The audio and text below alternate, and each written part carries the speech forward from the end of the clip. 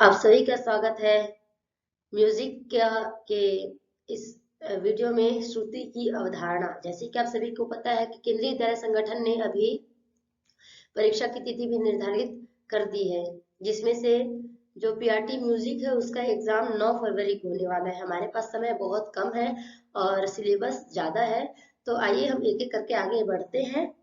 मैं इस वीडियो में श्रुति के बारे में विस्तार से बात करेंगे, लेकिन कम शब्दों में बात करेंगे, जिससे आप श्रुति को समझ भी जाएं और उससे संबंधित जो प्रश्न है उसको हल भी कर लें और हमारा समय भी कम लगे। तो आइए चलते हैं। हम इस वीडियो में क्या क्या जानेंगे। श्रुति की परिभाषा जो विभिन्न ग्रंथकारों ने अपने अपने मतानुसार दिया है। विभिन्न ग्रंथों में वर्णित श्रुति संख्या, श्रुतियों के नाम, तो कई विद्वानों ने श्रुतियों के अलग अलग नाम बताए हैं, उसको भी जानेंगे। श्रुति की जाति जानेंगे, श्रुति की विशेषता, प्रमाण श्रुति, श्रुति स्वर विभाजन व स्थापन, उसके साथ ही श्रुति भेद एवं श्रुति अंतराल एवं प्राचीन, मध्य एवं आधुनिक विद्वानों के अनुसार श्रुति के नाम सहित स्वर स्थापना सारणी, इसको भी देखेंगे। तो इतने सारे चीज इस वीडियो में शामिल है। आइए बिना समय व्यर्थ किए हम वीडियो की ओर आगे बढ़ते हैं। तो पहला है परिभाषा। भारतीय संगीत का मूल आधार श्रुति को माना जाता है। श्रुति सूक्ष्मतर ध्वनि है, मतलब ध्वनि है, बहुत छोटी ध्वनि है। सामान्य अर्थ में प्रत्येक नाद की आरंभिक कर्ष या कटु ध्वनि श्रुति कहलाती है, और विशेष अर्थ में उन कटु ध्वनियों के बाद होने वाली मधुर स्वर श्रुति या स्वर हो सकती है। तो जैसे क्या है श्रुति, हम किसको कहेंगे? तो मध्य सप्तक का जैसे कि सा हो गया और कोमल रे। हम ऐसे अगर स्वर देखें, जैसे हारमोनियम में स्वर को देखें तो सा और रे, ऐसे तो उन दोनों के मध्य कोई अंतराल नहीं है, गैप नहीं है, लेकिन उन दोनों के मध्य जो ध्वनि होगी वह न तो सा ही होगी और न ही कोमल रे, तो उसको क्या कहेंगे? श्रुति कहेंगे। इसी श्रुति को पश्चात संगीत में क्या कहा जाता है? माइक्रोटोन कहा जाता है। अब श्रुतियों का विभिन्न ग्रंथकारों ने अलग अलग परिभाषा दी है। दत्तिल के अनुसार देखते हैं, उन्होंने कहा इति ध्वनि विशेषास्ते श्रवणाश्रुति संगीता, अर्थात श्रुतियां विशेष प्रकार की ध्वनि है जो सुनी जा सके। इस लाइन को आप ध्यान रखेंगे, जो सुनी जा सके, जो सुनी जा सके वही श्रुति है। किसने कहा? दत्तिल ने कहा है, जो सुनी जा सके। ध्वनि जो है, एक श्रुति जो है विशेष प्रकार की ध्वनि है। कैसी ध्वनि है?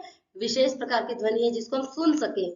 और नान्यदेव ने क्या कहा कि श्रुति श्रूयत इत्वयं ध्वनि रेशो अभिधीयते श्रूयते कम विहते प्रत्यय कितनी जापते, अर्थात विशेष प्रकार की ध्वनि जो सुनी जा सकती है श्रुति कहलाती है, और इसमें प्रत्यय लगता है कत। तो देखिए इन्होंने भी वही बात की जो दत्तिल ने कहा कि विशेष प्रकार की ध्वनि जो सुनी जा सके। इन्होंने भी कहा ना कि श्रुतियां विशेष प्रकार की ध्वनि जो सुनी जा सके, तो यहां तक तो सेम है। इसके बाद इन्होंने कहा कि प्रत्यय लगता है। कौन सा प्रत्यय? कत प्रत्यय। आपसे क्वेश्चन पूछा जा सकता है इन श्लोक को देकर के, इति ध्वनि विशेषास्ते श्रवणाश्रुति संगीता, ये किस ग्रंथकार ने कहा है श्रुति के संदर्भ में? दत्तिल, नान्यदेव, दामोदर, ऐसे। तो आपको ये श्रुति, ये जो श्लोक है वो ध्यान में रखना है कि कौन से श्लोक श्रुति के संदर्भ में किस ग्रंथकार ने कहा है। आगे बढ़ते हैं। पंडित दामोदर के अनुसार स्वरूप मात्र श्रवणानुसरणम विना श्रुति ऋत्युचते भेदास्त्यास्य द्वाविशंति निर्मता, अर्थात प्रथम आघात से, मतलब सबसे शुरू जब हम किसी वस्तु पर आघात करेंगे तो प्रथम आघात से अनुसरण हुए बिना जो नाद उत्पन्न होता है उसे श्रुति कहते हैं। एक ही आघात में जो नाद उत्पन्न होगा, एक बार हम किसी चीज को पर आघात किए और वो नाद उत्पन्न हुआ, तो वही नाद क्या है? श्रुति है। और पंडित दामोदर ने श्रुति के कितने भेद माने हैं? 22 भेद माने हैं। संगीतांजलि के अनुसार पढ़ते हैं आगे, जो स्वरों के शुद्ध और अशुद्ध अवस्था का कारण हो, जो स्वरों के ऊंचे नीचे के अंतर को मापने का मानदंड हो, और जो स्पष्ट रूप से प्रयुक्त हो पर स्वर कहलाए तथा प्रयोग में न आने पर श्रुति कहलाए, ऐसे अनुरणात्मक तथा अनुरंजक ध्वनि को श्रुति कहा जाता है। मतलब क्या हुआ, देखिए जो स्वरों के शुद्ध और अशुद्ध अवस्था का कारण हो, हम कैसे जानते हैं कि यह स्वर शुद्ध स्वर है और यह स्वर अशुद्ध स्वर है, या हम कैसे जानेंगे कि सा जो है नीचे है उससे ऊपर रे है, कैसे जानेंगे? तो उनके बीच की जो ध्वनियां होती है, जो श्रुतियां होती है, इसी के माध्यम से यह भेद हम कर पाते हैं, अंतर को जान पाते हैं। और जब हम श्रुति को स्पष्ट रूप से जब हम जान जाएंगे तो वही स्वर कहलाएगा, और अगर उसका की स्पष्ट रूप से जो ध्वनि हमको समझ में नहीं आएगा तो वो फिर को क्या कहलाएगी, श्रुति कहलाएगी। तो श्रुति ये है, ये संगीतांजलि ने कहा, संगीत परिजात के अनुसार जो सुनी जा सके वही श्रुति है। श्रूयते इति श्रुति, जो सुनी जा सके वही श्रुति है। कुल मिलाकर के सभी ग्रंथकारों ने एक ही बात पे पहुंचे कि श्रूयते इति श्रुति, जो सुनी जा सके वही श्रुति है। अब श्रुति संख्या, श्रुति संख्या सभी जानते हैं कि हमने 22 श्रुति सुने हैं, और विभिन्न जो ग्रंथकार हुए उनका क्या मत है श्रुति संख्या के बारे में, आइए पढ़ते हैं।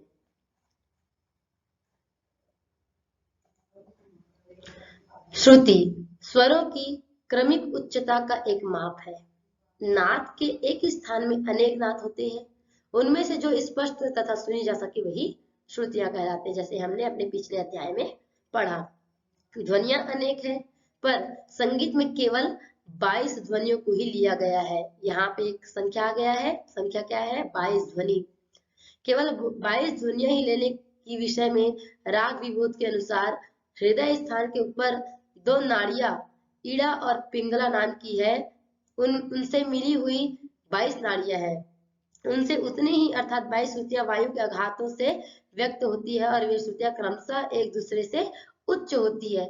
उन सभी के नाम स्पष्ट रूप से सुने जा सकते हैं, इसलिए उन्हें भी श्रुति कहा जाता है। सभी विद्वानों ने 22 श्रुतियां मानी है। कितनी मानी है, 22 श्रुति। देखिए राग विभोध में क्या कहा गया है कि उन्होंने बताया कि हमारे हृदय के स्थान पर 2 नाड़ियां होती है, एक नाड़ी का नाम है ईड़ा और दूसरे का नाम है पिंगला, और इन नाड़ी से, इन दोनों नाड़ियों से कितनी नाड़ियां जुड़ी हुई है, 22 नाड़ियां जुड़ी हुई है। जब हम बोलते हैं, जब हमारे अंदर सांस जाता है, वायु से आघात होता है, तो वो जो ध्वनि होती है क्रमशः हमको अलग अलग 22 ध्वनि सुनाई देती है। तो विद्वानों के अनुसार यही जो अलग अलग ध्वनियां है वही क्या कहलाई आगे चल करके श्रुतियां मानी जाती है। इसलिए सब श्रुति की जो संख्या है विद्वानों ने 22 कही है। परंतु कोहल ने अपने ग्रंथ कोहलम में 66 श्रुति की चर्चा की है। तो 66 श्रुति हम इस आधार पर भी मान सकते हैं कि मंद्र के 22, मध्य के 22 और तार के 22, इन तीनों सप्तकों की श्रुतियों कुल को मिला देंगे तो 22 या 66 हो जाएगी। इसके बाद महर्षि मतंग ने श्रुति केवल एक माना है। उनके अनुसार ध्वनि के बहुत सारे रूप हो सकते हैं, है ना, ध्वनि के बहुत रूप हो सकते हैं, लेकिन वो है तो केवल एक ही ना, वो तो रूप है। जैसे कि क्या है कि धुआं है, तो धुआं तो एक ही है, बाकी वो चल करके कहीं पे बादल, कहीं पे पानी, कहीं पे बर्फ, ये बन गया है। वैसे ही ध्वनि जो श्रुति केवल एक है, बस उसका जो उनके अनुसार ध्वनि के बहुत सारे रूप हो सकते हैं। विश्वासु ने कहा कि श्रुति 2 है, पहली स्वर श्रुति, दूसरी अंतर श्रुति। तो मुरु आदि विद्वान ने वात, पित्त, कफ तथा सन्निपात नामक चार प्रकार की श्रुतियां माने हैं। तो श्रुति संख्या फाइनल ये है कि श्रुति की संख्या है वह कितनी है, 22 है।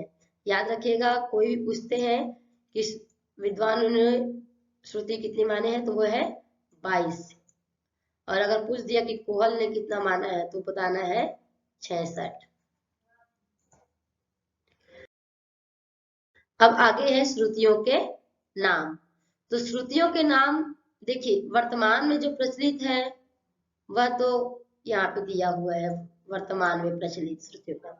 उसके अलावा दत्तिल ने भी श्रुतियों के नाम दिए हैं, संगीत मकरंद के अनुसार भी दिए हैं, और भाव भट्ट के अनूप संगीत विलास के अनुसार भी मैंने दिया है। तो 4 प्रकार से यहाँ पे श्रुतियों के नाम दिए हूँ, जिसमें से प्रचलित यह है, लेकिन हो सकता है कि दत्तिल के अनुसार निम्न में से सा की श्रुति कौन कौन सी है, तो ऊपर के चारों सा हो जाएंगे।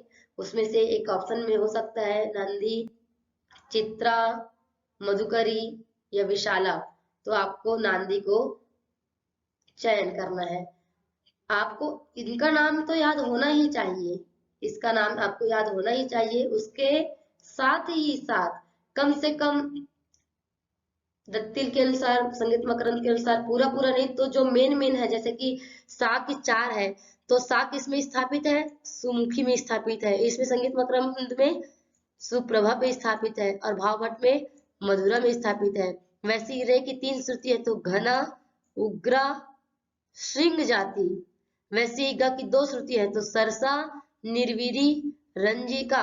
कहने का मतलब है कि जो जो श्रुति जहां जहां पे स्वर जो है जिस श्रुति में स्थापित है उस श्रुति का नाम आपको कम से कम याद होना चाहिए, ताकि जो भी क्वेश्चन इससे पूछे तो आए। हर क्वेश्चन ऐसे ही पूछा जाएगा, बहुत कम ही होता है कि श्रुति की संख्या आपको पूछे, आपको नाम ही पूछा जाएगा कि निम्न में से कौन सी श्रुति किस स्वर की है, ऐसे।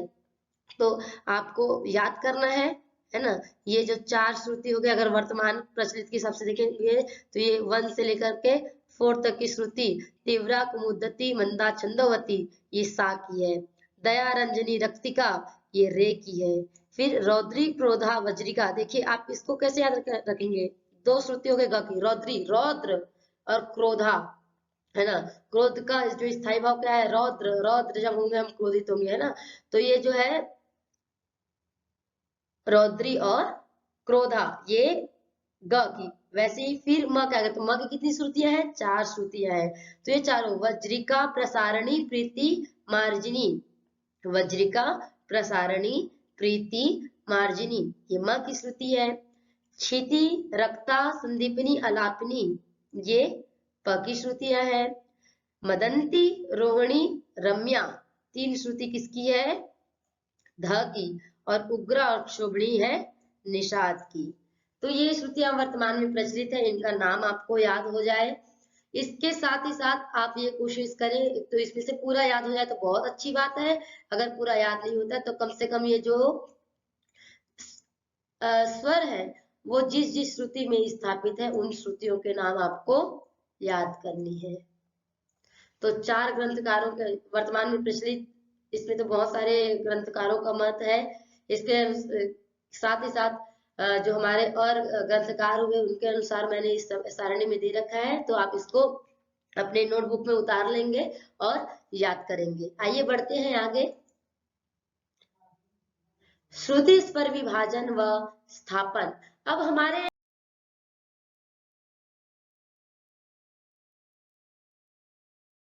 ग्रंथकारों ने श्रुतियों को कैसे विभाजित किए, कि कैसे कि इसको बोले कि इस श्रुति को हम जो है इस स्वर के अंतर्गत रखेंगे, इस स्वर के इतनी श्रुतियां होनी चाहिए, इस स्वर की, वो कैसे विभाजित किए, क्या कहे, उनका क्या मत है, आइए हम अपने इस एक पेज के अंतर्गत ही जानेंगे। तो श्रुति स्वर विभाजन व स्थापन इस अध्याय में भरत मुनि से लेकर वर्तमान समय तक सभी ग्रंथकारों ने 22 श्रुतियों को 7 स्वरों में समान रूप से विभाजित किया है। समान रूप से किया है, भले उसको स्थापित किसी ने प्रथम श्रुति पर कर दिया है, किसी ने अंतिम श्रुति पर कर दिया है, किंतु जो विभाजन है कि किस स्वर की कितनी श्रुति होनी चाहिए, वो नाट्य शास्त्र के रचयिता भरत मुनि से लेकर के वर्तमान समय के जितने भी ग्रंथकार हुए ना, सभी ने समान रूप से कहा है। अब इसके लिए बहुत ही फेमस, बहुत ही प्रसिद्ध एक श्लोक है संस्कृत में, जिसको लिखा है वेंकट पखी ने अपने चतुर्दंड प्रकाशिका में। ये भी आता है कि यह श्लोक किसने लिखा है या किस ग्रंथ में लिखा गया है, कि चतुश्चैव सर्ज मध्यम पंचमा द्वै निषाद गंधारो त्रिस्त्री ऋषभ धैवतो। देखिए चतुश्चैव अर्थात क्या हुआ, 4 और 4, 4 4 और 4, षडज मध्यम पंचम अर्थात षडज मध्यम और पंचम प।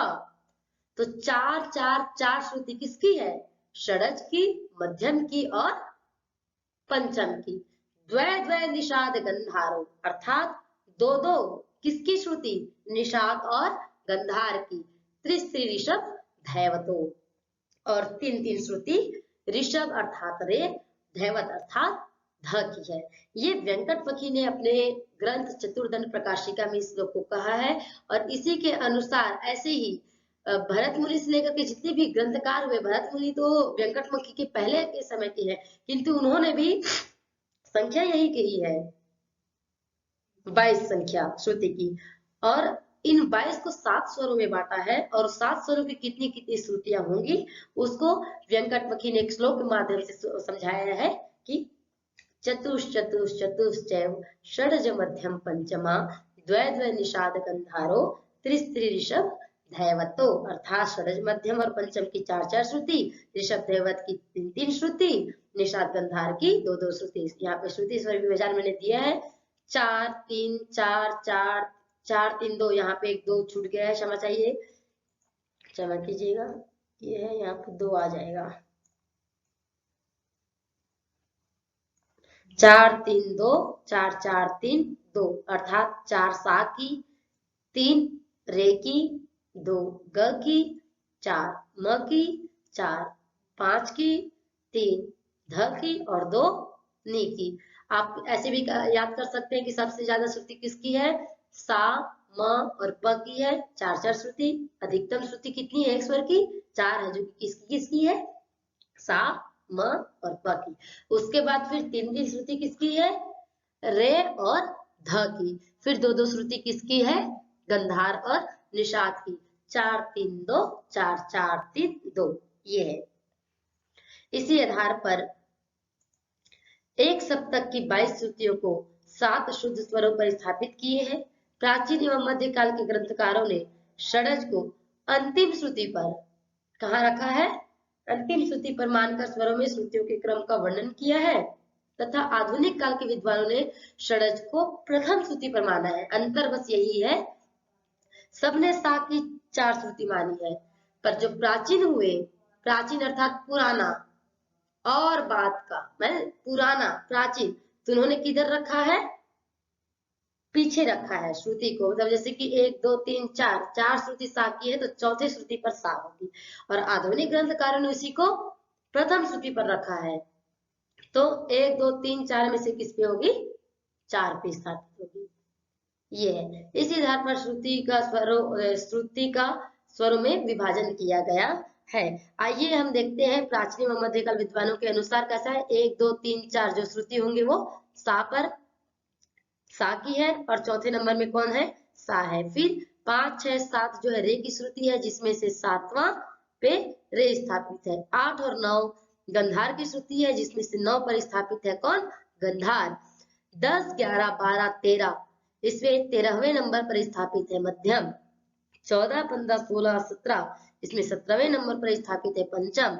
18 19 20 इसमें 20वें नंबर पर स्थापित है धैवत, और 21 22 इसमें 22वें नंबर पर स्थापित है निषाद। 22वें नंबर पे क्या स्थापित है, निषाद। क्योंकि मैं अभी मेरा थोड़ा व्यस्त समय चल रहा था, इसलिए मैं वीडियो अपलोड नहीं कर पाई थी, और इसमें ये कुछ इसमें करेक्शन भी करना था, किंतु जो बहुत दिन से वीडियो अपलोड नहीं हुआ था, इसलिए आज मैं सीधा वीडियो ही बना रही हूँ। तो कुछ मिस्टेक है, स्पेलिंग मिस्टेक है, आप इसको ध्यान नहीं देंगे।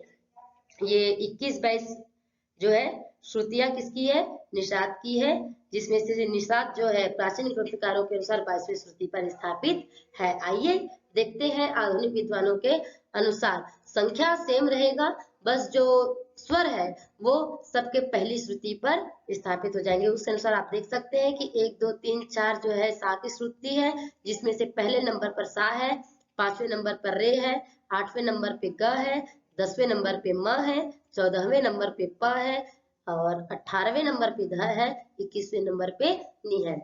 इसमें से बहुत क्वेश्चन आते हैं दोस्तों। आपको ये पूछा जा सकता है कि प्राचीन ग्रंथकारों के अनुसार धैवत कौन से श्रुति पर स्थापित है, तो वो आ जाएगा आपका उत्तर 20वें श्रुति पर। ऐसे ही आधुनिक विद्वानों के अनुसार पूछा जा सकता है कि आधुनिक विद्वानों के अनुसार ऋषभ किस श्रुति पर स्थापित है, तो आपका उत्तर आएगा 5, और प्राचीन के अनुसार रे 7 पर है। आइए आगे बढ़ते हैं। प्राचीन एवं मध्य एवं आधुनिक विद्वानों के अनुसार श्रुति के नाम सहित स्वर स्थापना सारणी। यहाँ भी एक कॉलम आएगा, नहीं आया है यहाँ पे। तो प्राचीन और मध्य ने तो समान ही माना है, इसलिए मैंने अलग अलग नहीं किया है, आधुनिक ने अलग माना है। तो देखिए ये 22 श्रुतियों के नाम है और प्राचीन ने किसमें स्थापित किया है, चौथे नंबर पे। तो आखिरी में प्राचीन और मध्य जो विद्वान हुए उन्होंने श्रुति के आखिरी पे अंत में स्वरों को स्थापित किए हैं। तो जैसे 4 श्रुति सा के, तो 1 2 3 4 छंदोवती पर स्थापित है सा प्राचीन और मध्य के अनुसार। रक्तिका पर स्थापित है रे, क्रोधा पर स्थापित है ग, मार्जनी पर स्थापित है म, अलापनी पे स्थापित है प, रम्या पर स्थापित है ध और निषाद पर स्थापित है नी। वैसे ही आधुनिक ग्रंथकारों के अनुसार तीव्रा पर स्थापित है सा, क्योंकि पहली श्रुति पर स्थापित है आधुनिक के अनुसार। तो पहली श्रुति क्या है, तीव्रा है। तो पहले पर स्थापित है सा तीव्रा श्रुति पर। उसके बाद फिर दयावती 5वीं श्रुति पर स्थापित है रे। फिर रौद्री 8वीं श्रुति पर है ग। वज्रिका पर स्थापित है म। क्षिति 14वीं श्रुति है क्षिति, उस पर स्थापित है प। और 17वें पर स्थापित है अलापनी पर। 18वें मदंती पर स्थापित है ध।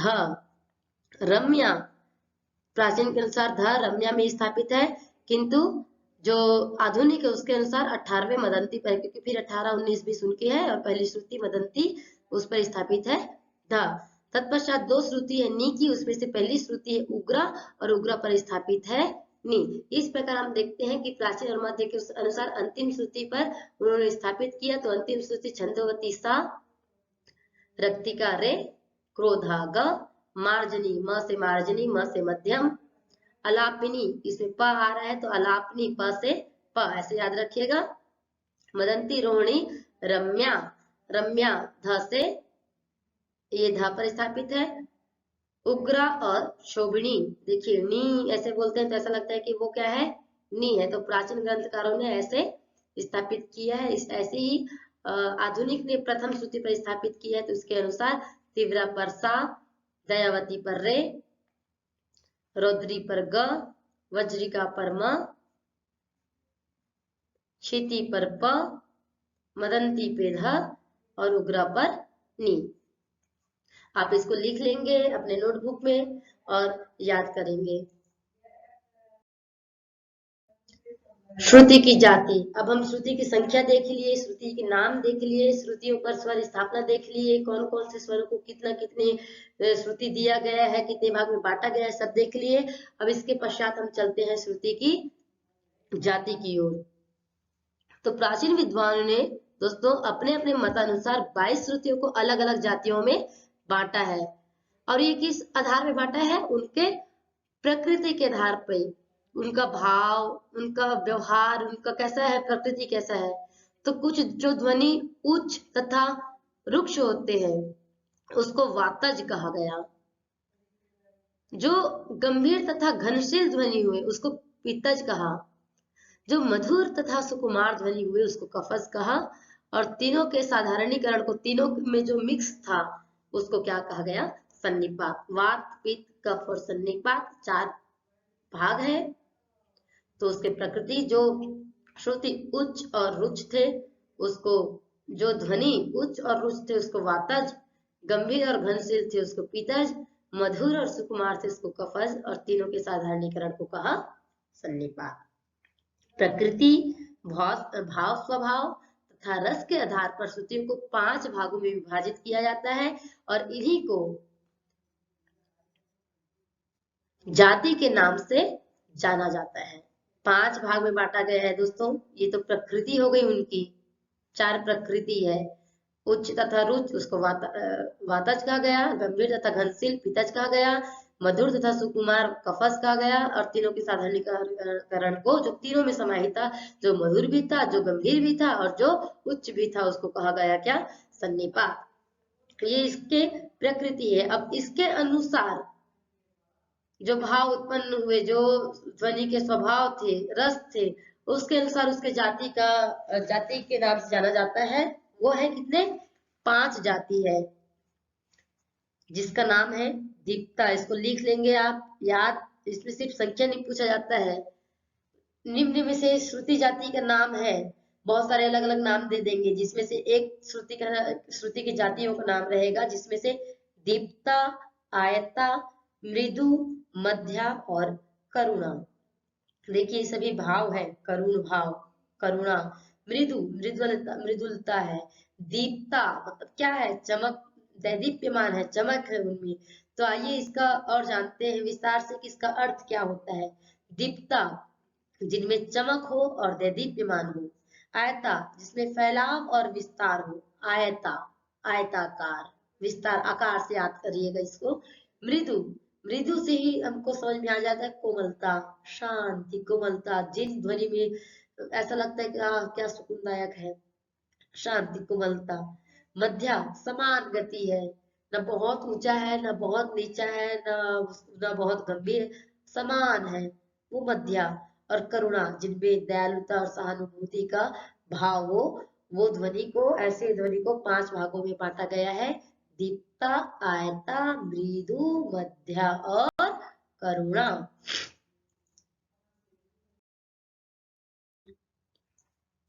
अब देखते हैं दोस्तों इन 5 जातियों में, क्योंकि हम जानते हैं कि 22 श्रुतियां हैं, तो 22 श्रुतियों का स्वभाव कैसा है? कौन सी श्रुति दैदीप्यमान है, कौन सी श्रुति जो है वो मृदु है, कौन सी श्रुति मध्य है, कौन सी श्रुति जिसका विस्तार अधिक है। तो उनके भाव, स्वभाव, प्रकृति के अनुसार अलग अलग जातियों में उनको विभाजित किए रस के अनुसार। तो ये हमारे 5 जातियों के नाम है, और ये सभी 22 श्रुतियां हैं, और ये उस श्रुति के रस है। इसको आप याद करिएगा। पूछा जा सकता है कि उग्रा की जाति क्या है और कौन सा रस उसमें है। जैसे छंदोवती, प्राचीन ग्रंथकारों के अनुसार छंदोवती में स्थापित है सा, तो पूछ देंगे कि सा की श्रुति छंदोवती, छंदोवती की जाति क्या है और कौन सा उसमें रस है। देखिए इसमें हम स्वरों के रस को भी इसके माध्यम से जान सकते हैं। जैसे कि छंदोवती किसका सा के अंतर्गत है, तो सा का फिर स्वभाव कैसा होगा? शांत, और जाति क्या होगी? मध्यम। ऐसे क्वेश्चन बना सकते हैं, इसलिए आप इस सारणी को अच्छे से देखेंगे, लिखेंगे और याद करेंगे। दीप्ता के अंतर्गत है 4 श्रुति, उसका रस है वीर और अद्भुत। आयता के अंतर्गत है 5 श्रुति और उसका रस है श्रृंगार और हास्य। करुणा इसके अंतर्गत 3 श्रुति है और इसका रस है करुण, रौद्र, विभत्स। मृदु मंद्रा, रति, प्रीति, क्षिति 4 श्रुतियों के नाम है और इसका रस है दास्य और वात्सल्य। मध्या जिसमें छंदोवती, रंजनी, मार्जनी, रक्तिका, रम्या और छोबड़ी है और इसका रस है शांत। आगे बढ़ते हैं। श्रुति भेद एवं श्रुति अंतराल। श्रुति भेद एवं श्रुति अंतराल। विद्वानों ने श्रुतियों की प्रकृति के अनुसार 4 भेद बताए हैं, जिसको मैंने पहले ही आप लोगों को बता दिया था, जैसे कि वात, पित्त, कफ और सन्निपात। आचार्य मतंग ने 2 प्रकार की श्रुति मानी है। किसने? आचार्य मतंग ने। अब ये 2 प्रकार की श्रुति कौन कौन से है? अंतर्गत श्रुति और स्वरगत श्रुति। मतंग ने 2 प्रकार की श्रुति मानी है, एक श्रुति है अंतर्गत और दूसरी श्रुति है स्वरगत। अब जानते हैं कि अंतर्गत श्रुति क्या है। तो अंतर्गत श्रुति अर्थात एक स्वर से दूसरे स्वर के बीच जो श्रुतियां होती है वही अंतर्गत श्रुति है। जैसे कि सा और रे 2 श्रुति है और उनके मध्य कितना का अंतर है। सा कम क्या है, सा का जो आंदोलन संख्या वो कम है और रे का आंदोलन संख्या ज्यादा है, रे का स्वर ऊंचा है। तो ये दोनों का अंतर कितना है? उन दोनों के बीच में जो श्रुतियां होगी वही क्या है, अंतर्गत श्रुति है। षडज और ऋषभ के बीच की श्रुति, या ऋषभ और गंधार के बीच की श्रुति, या गंधार, या अर्थात कहने का मतलब है कि दो स्वरों के मध्य जितने श्रुति का अंतर रहता है वही अंतर्गत श्रुति है। अब जानते हैं स्वरगत श्रुति क्या है। दो प्रकार की श्रुति कही इन्होंने, अंतर्गत श्रुति और स्वरगत श्रुति। तो अंतर्गत तो वो हो गया कि दो श्रुतियों के मध्य जितना अंतर होगा भाई वो हो गया अंतर्गत श्रुति। नाम से स्पष्ट है, अंतर्गत, अंतर हो दो स्वरों के मध्य। अब स्वरगत श्रुति की ओर आगे बढ़ते हैं। तो जिन श्रुतियों के समूह स्वरत्व को प्राप्त करे, जैसे कि षडज के 4 श्रुति स्वरगत श्रुति कहलाएगी, अर्थात समूह है जो श्रुति स्वरों को प्राप्त हो, स्वरत्व को प्राप्त करे, वह स्वरगत श्रुति है। जैसे षडज की 4 श्रुति, ऋषभ की 3 श्रुति और गंधार की 2 श्रुति, ये सब श्रुतियां जो है वो क्या कहलाएंगी, स्वरगत श्रुति कहलाएगी। अब प्रमाण श्रुति, प्रमाण श्रुति की ओर चलते हैं कि एक सप्तक में 22 श्रुतियां मानी गई है तथा उन पर स्वरों की स्थापना की गई। महर्षि भरत ने श्रुति के प्रमाण की चर्चा की है, अर्थात श्रुति कितनी बड़ी है। भरत ने प्रमाण श्रुति के विषय में कहा है कि षडज ग्राम में, ग्राम के बारे में हम और आगे पढ़ेंगे। ग्राम अर्थात सप्तक को ही पहले ग्राम कहा जाता था। तो षडज ग्राम में पंचम स्वर 17वीं श्रुति पर स्थापित है ना। जैसे 4 श्रुति हम जानते हैं कि 4 श्रुति किसकी हो जाएगी, सा की, 3 रे की, 2 ग की, फिर 4 म की और 1 2 3 4 पंचम की। क्योंकि भरत जी प्राचीन काल के ग्रंथकार हैं, तो प्राचीन ग्रंथकारों ने पंचम को जो है मतलब जितने भी स्वर है उसको अंतिम श्रुति में स्थापित की है। तो उनके अनुसार जो पंचम है कहाँ है, 17वीं श्रुति में है। तो षडज ग्राम में पंचम कहाँ स्थापित है, 17वीं श्रुति पर स्थापित है। तथा मध्यम ग्राम में पंचम स्वर 16वीं श्रुति पर स्थापित है। एक पहले इसका जो है पंचम की 3 श्रुतियां हो जाती है मध्यम ग्राम में, 17वीं से किस में आ जाते हैं, 16वीं में आ जाते हैं।